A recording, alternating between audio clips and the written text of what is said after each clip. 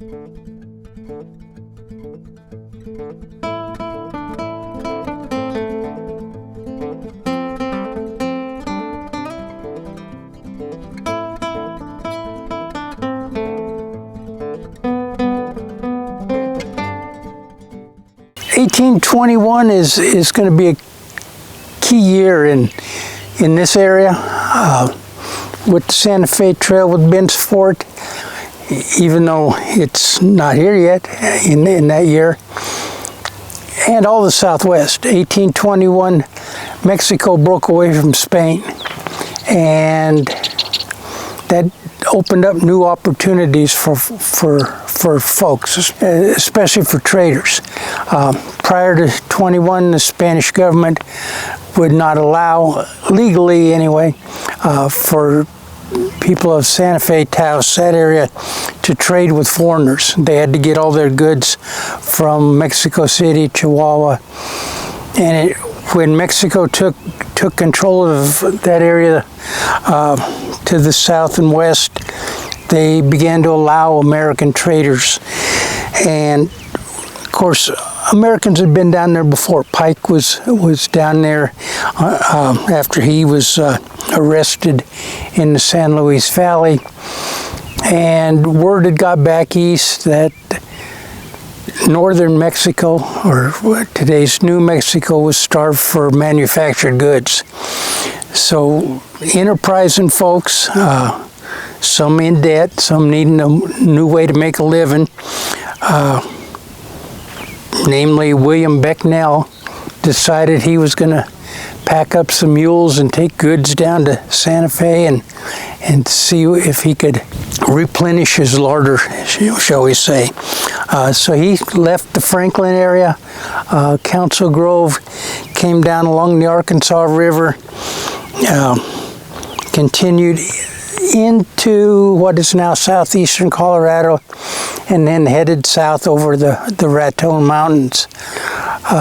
The next year, he did such a good business down there, he was going to repeat his efforts, but this time he was going to take wagons, take more goods, make more money that way. And with the Santa Fe Trail, you get down on the Arkansas in what's now the Dodge City, Garden City area. You've got a decision to make, because there's two main branches of the Santa Fe Trail. If you continue up along the Arkansas, you're going to come into the area where Bent's built their trading post, and then head southwest over the mountains.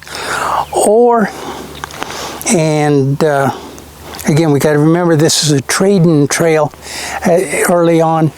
You want to get to Santa Fe and Taos first. Whoever's there first is going to get the best prices for their goods, the best trade for their goods. So at the crossings, if you will, out there in Kansas, you would cross the Arkansas River and head basically due southwest to Watrous, in today's world, La Junta, New Mexico, cross the Sangre de Cristos into Santa Fe. And of course there's advantages and disadvantages to both.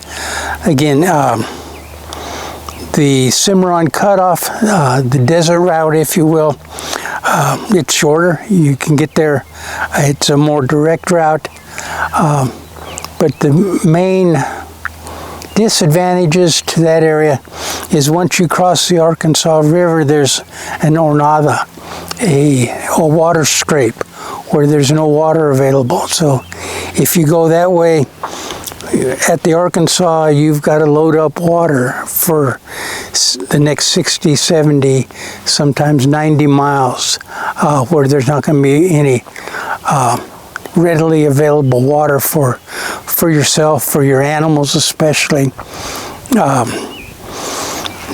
Another big disadvantage of the Cimarron Cutoff are the tribes in their area.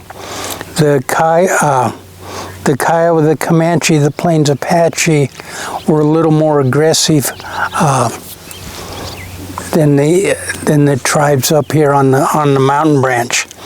And early on, if you read the old stories of the Santa Fe Trail, most of the raids, the attacks, if you want to use that word, on the trail early on was for the animals. Of course, horses was a sign of power, a sign of wealth within the tribes. But as those tribes were introduced to more and more goods, attacks were for the goods on the trail. And of course, 42 and especially 46 and beyond, when the military comes through, it's more of a preservation effort by those tribes. The mountain branch here, the main disadvantage is farther. It's going to take you longer.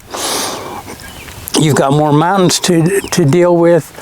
Susan McGoffin, whose husband was following the Kearney expedition out here in 46, talks about the difficulties they had crossing Raton Pass. In fact, one of her entries says that after a day's travel, they could see the previous night's camp just below them.